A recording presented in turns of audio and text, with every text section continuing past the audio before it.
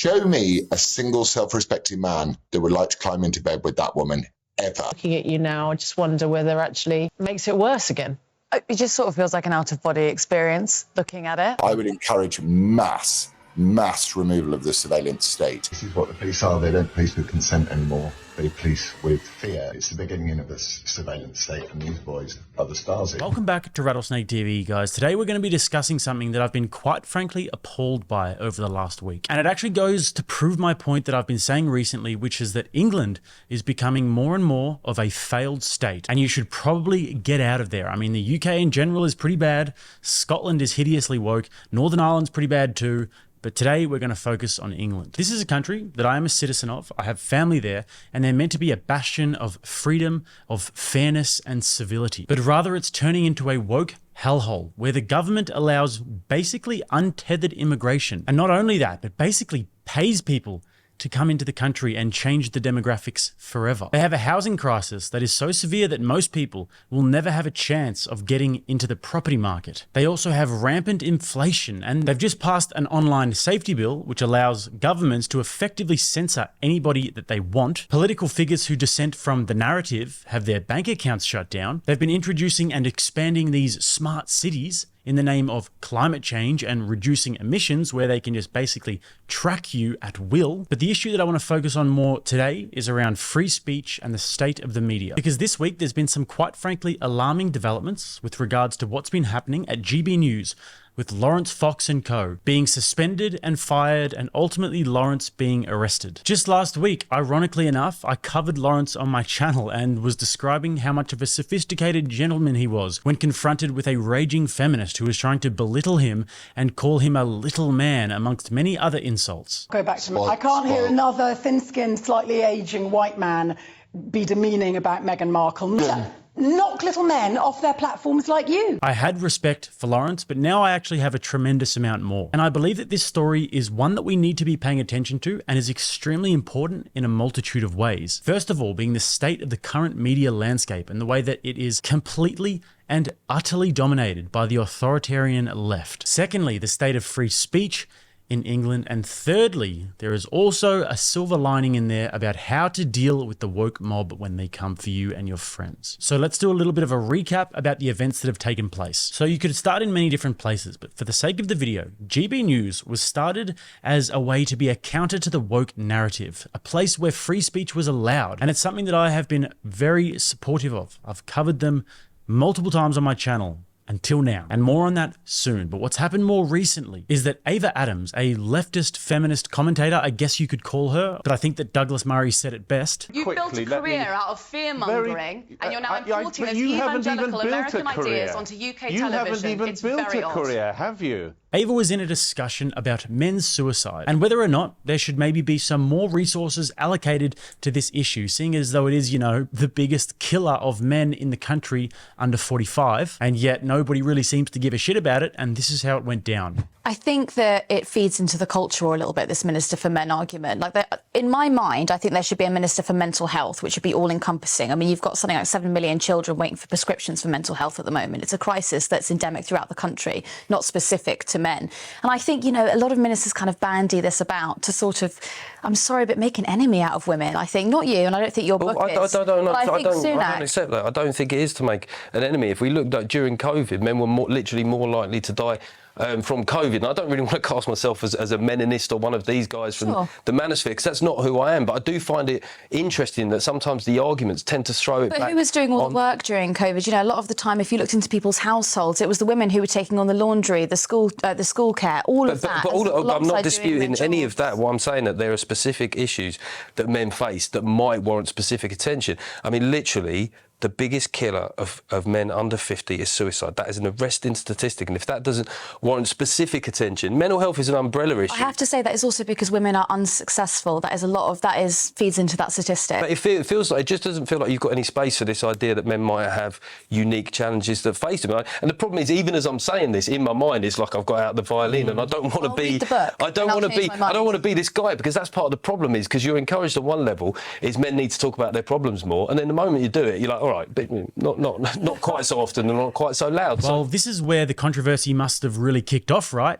Incorrect. The controversy really kicked off when Laurence Fox went on Dan Wootton's show, Laurence being a man that has lost multiple friends to suicide, and he said this. We're past the watershed, so I can say this. Show me a single self-respecting man that would like to climb into bed with that woman, ever, who wasn't an incel, who wasn't a cucked little incel. That little woman has been fed, spoon-fed oppression day after day after day after day, starting with the lie of the gender wage gap. And she sat there, and I'm going like, if I met you in a bar and that was like sentence 3, chances of me just walking away are just huge. We need powerful, strong, amazing women who make great points for themselves. We don't need these sort of feminist 4.0. They're pathetic and embarrassing. Who'd want to shag that? Guys, if you enjoy this sort of video, if you're getting value from it, then don't forget to hit that like button and help this go far and wide if you support the message. And also subscribe to the channel if you haven't already. Back to the clips. Well, look, Sorry, right. I'm just going to provide a touch of balance from her, because she did actually respond to this earlier today, saying that she regretted her comments, but she didn't apologize. Yes. So there you go. And she's a very beautiful woman, Laurence. Very beautiful woman. This is where it all kicked off, and Ava Adams responded that she is feeling physically sick to her stomach. And then a few hours later, she posted this photo in a pub of her mourning and grieving the comments that Laurence had made and combating her stomach sickness by getting drunk in a pub. Geez, that poor lady. I tell you what a proper response might have been, Ava, to be like, I wouldn't shag you either, and then whatever else you would like to put on the end of that statement. In fact, that wouldn't really be foreign to her, because she said these exact same sort of comments on Twitter before herself. Oh, the irony. It's okay when she does it, I guess. And then the media sobfest parade begun, with Good Morning Britain, Piers Morgan, Jeremy Vine, who all got the violins out and started playing sorrowful tunes for Ava, whilst they carried her on a bed made for a Persian queen above their heads and fed her grapes and stroked her hair. After the pub, the grieving must have really kicked in, because it's either that or she used some eye drops and sat there looking like as much of a wounded puppy as possible in the following interviews. This has been a really difficult time for you, the last 24 hours. First of all, how are you? I mean, it's just appalling. And I don't know whether you saw it go out live. No. No, I didn't. I saw it on your Twitter feed, so you shared it. Can you tell me how you feel about that?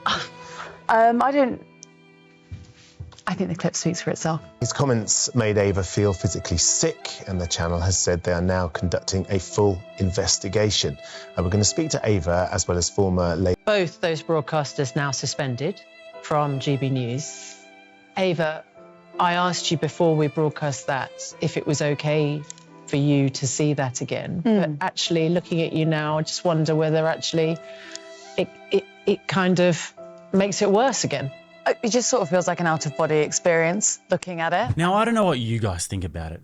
Maybe you buy this shtick. I mean, I'm sure she's not trying to ensure the complete and utter destruction of the career and subsequently the lives of people that she disagrees with, and looking like a wounded puppy the whole time and playing the eternal victim whilst secretly completely relishing it on the inside, right? I mean, these sorts of toxic women don't exist after all, because women are 100% of the time pure empathy and emotional intelligence and love you for your personality, right? Well, I mean, compounding her callous flippancy about male suicide, she's also said openly that she loves the fact that men live in fear. But Ava, your point about, you know, if men were that alpha, then they wouldn't be that bothered by this, doesn't really help us when it comes to boys growing up. And that is one of my worries, that for teenage boys now, they are so terrified of the consequences of putting a foot out of line. It's hard enough being a young teenager,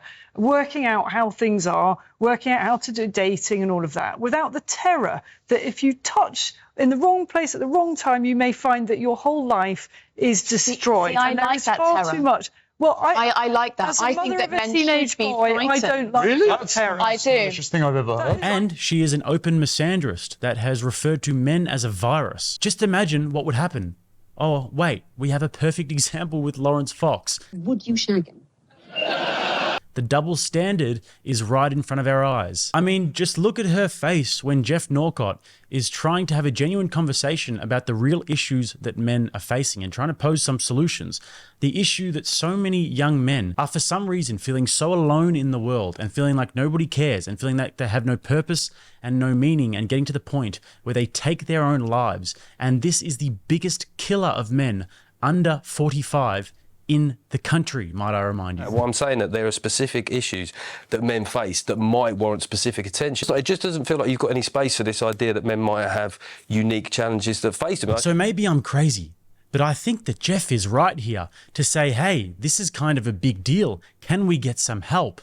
But no, whenever he brings up a solution, she wants to reject it. But not only that, she's smirking at him and giggling at him. Make no mistakes, guys. She gives zero shits about this issue. In fact, she seemed pretty pleased about it.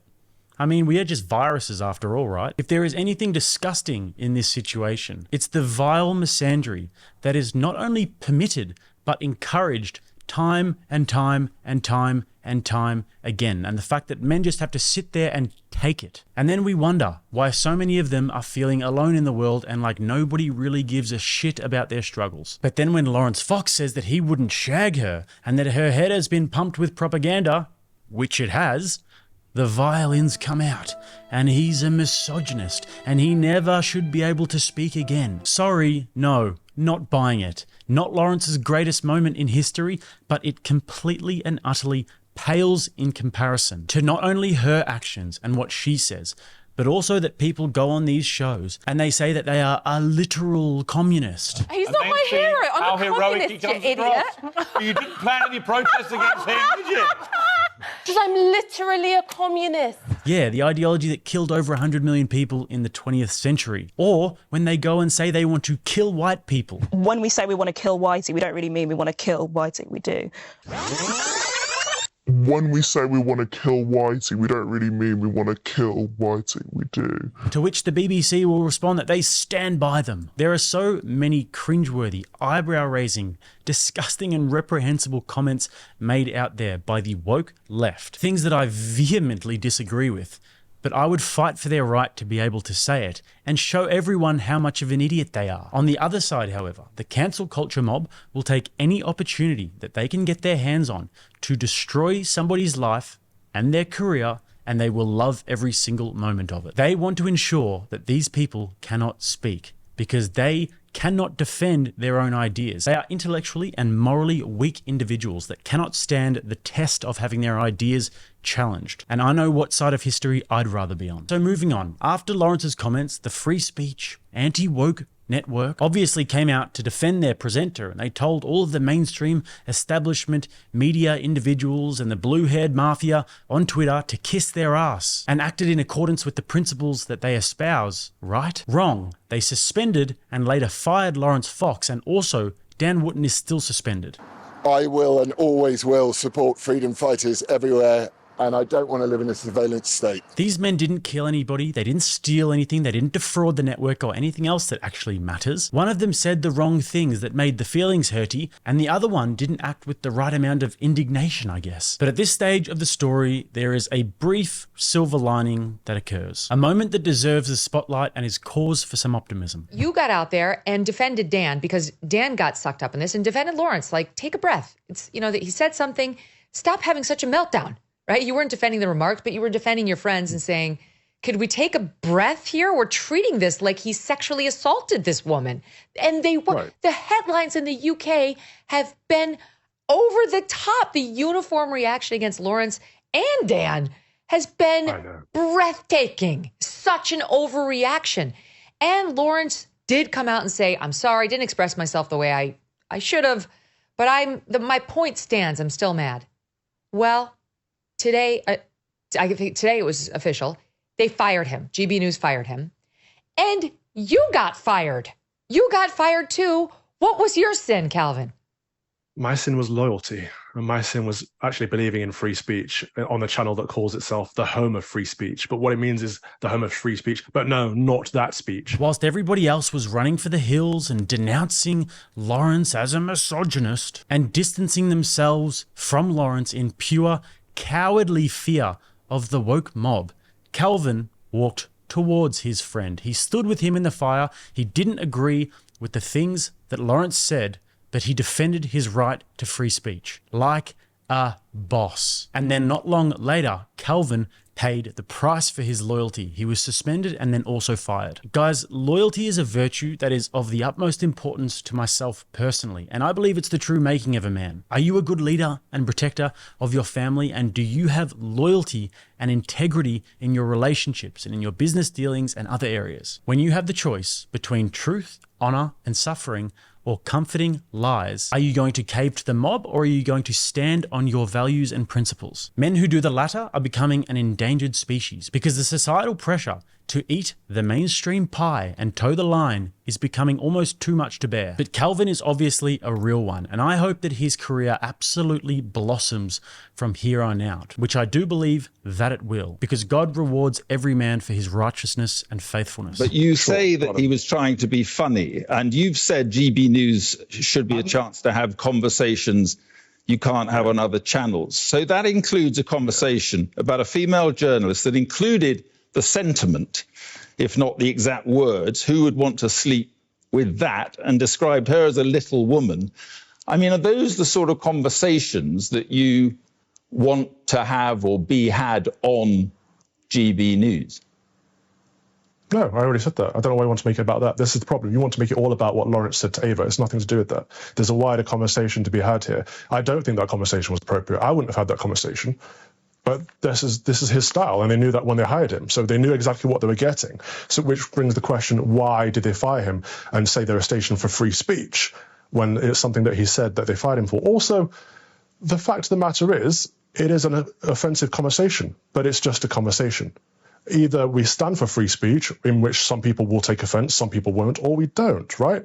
If there is no obvious line, where is that line? You see, the importance of that conversation is that it goes to the heart of what you think and the channel thinks free speech is. I mean, Laurence Fox, as you just mentioned, Calvin, said she was basically dismissive of men's mental health issues. But what part of free speech includes a hate-filled rant about a woman because you don't agree with what was said about men's mental health? How does that even fit in with any description of free speech?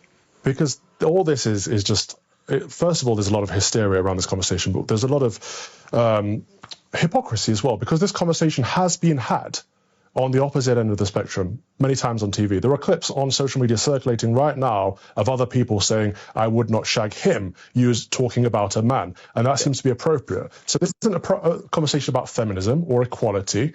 What we're seeing here is that this is about crossing a line. And that line is, and that line was crossed. You would agree that line was crossed? My point is that I would not say that. Absolutely wouldn't say that. But that's not the point. So you don't think the line was crossed?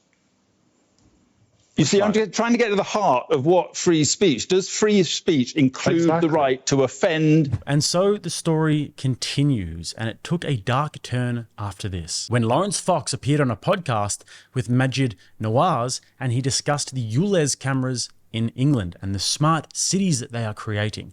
These ULEZ cameras are made to track cars that aren't up to the green standard. It's touted as a means of reducing air pollution and fighting climate change, of course. So just to put it in context, while there is rampant inflation, whilst energy bills and food prices are so expensive that people are choosing between heating and eating, whilst there is a housing crisis that means you basically have no chance of owning a home, all the while the government is spending billions of dollars on welcoming and paying for illegal immigrants and the war in Ukraine. Whilst all of this is happening, if you are a regular English person trying to work your job, earn an honest day's living, and provide for your family, and you drive a lorry or a van or another vehicle that doesn't meet the green standard, then you have to pay that same government a fine of £12.50 a day. In other words, the government is forcefully having its way with the citizens without regard for a little bit of lubricant or foreplay,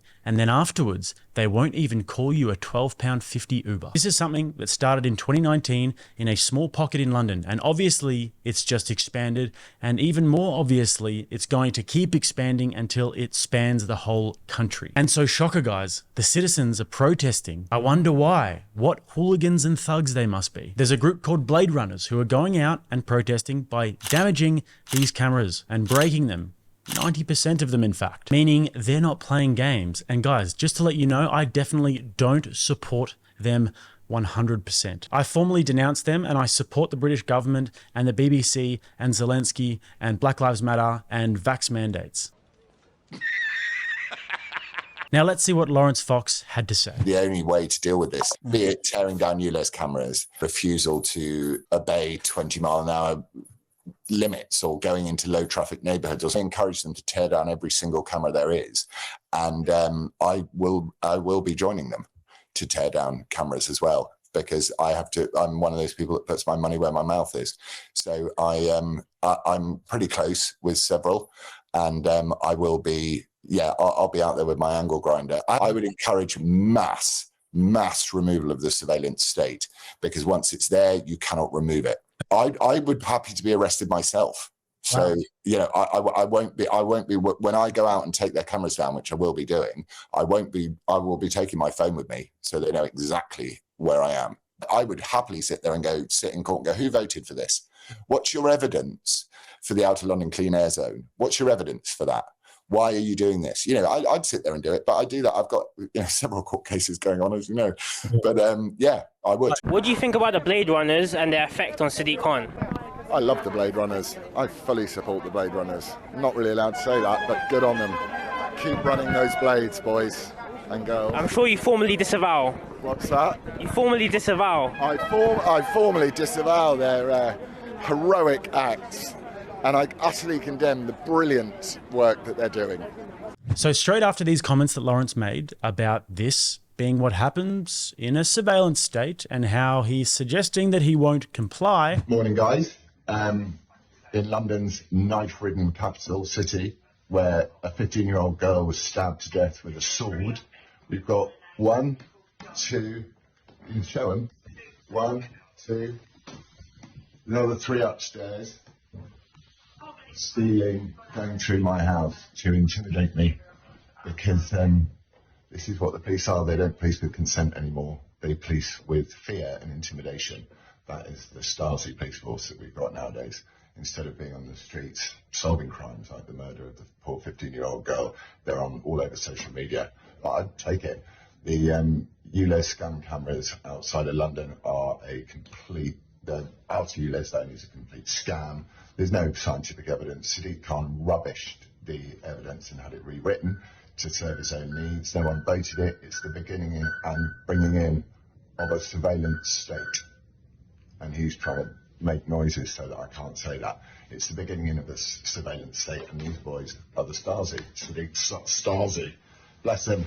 So have a lovely day. I'm going to spend my day in the clink, innit? So guys, whilst there is rampant knife crime and gang crime, plus other things that are not really safe for YouTube going on in the City of London, this is what the police are doing. They are going after literal thought crimes. And this.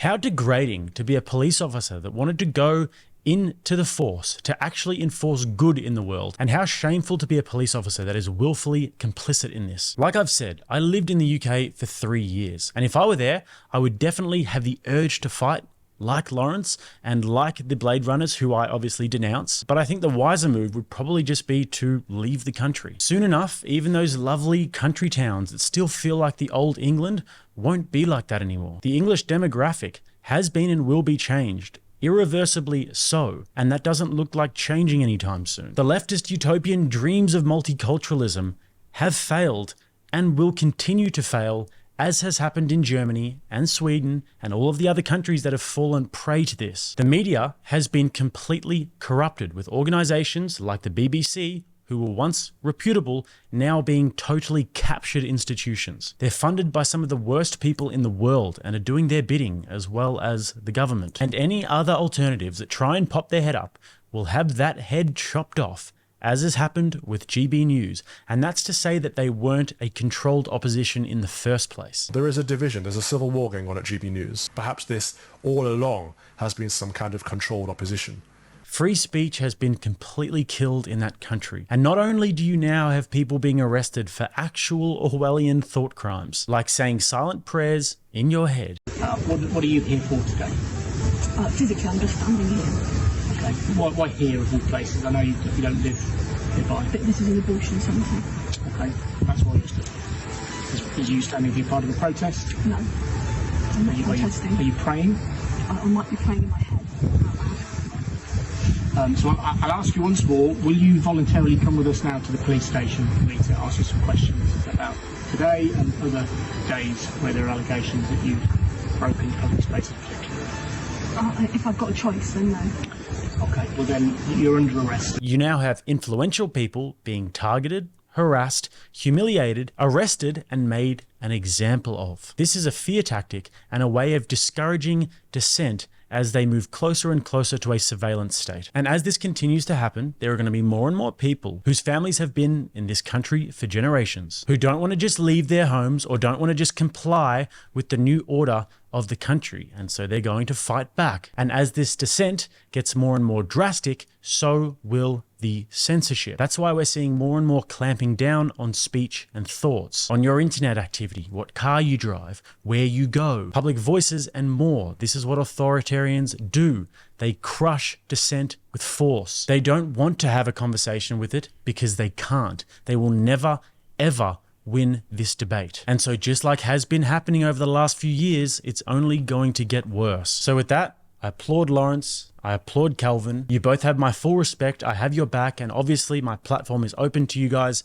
if you would ever like to come on. So with that, guys, make sure to subscribe to the channel if you haven't already. And also, if you want to watch another video, click right here. Till next time, I'm Jake. This is Rattlesnake TV, keeping you armed and dangerous.